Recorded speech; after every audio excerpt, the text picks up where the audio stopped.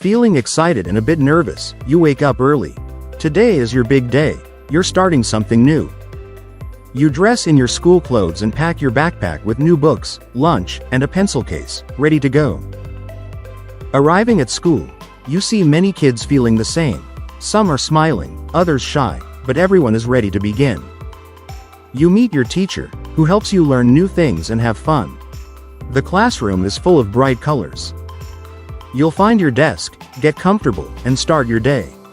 Meeting new classmates will be an exciting part.